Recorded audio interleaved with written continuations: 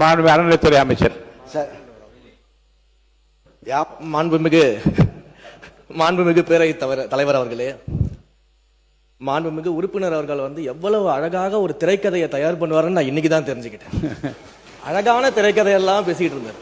அதுவும் விவசாயிகள் மகிழ்ச்சியாக வாழ்ந்தார்கள் 5 ஆண்டுகள்ல போற போக்குல ஒரு திரைக்கதை வசனம் ஒன்று சொன்னாரு.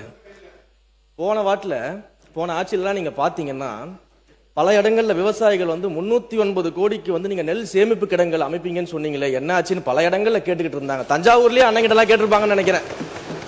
அப்ப அதெல்லாம் என்ன ஆச்சுன்றதை பத்தி சொல்லுங்க. வாகன போக்குவரத்து இருக்கு பாத்தீங்களா, அந்த கொள்முதல் செய்துவிட்டு வாகன போக்குவரத்து செய்யக்கூடிய பல்வேறு முறைகேடுகள் நடந்ததாக விவசாயிகள் எல்லாம் போராட்டம் பண்ணாங்க. அதெல்லாம் அண்ணன் கண்ணுக்கு வரவே இல்லையா என்னன்னு தெரியல.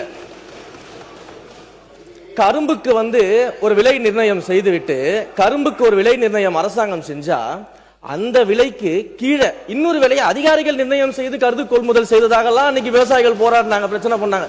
அதையும் அண்ணா மறந்துட்டாரு போல. இப்படி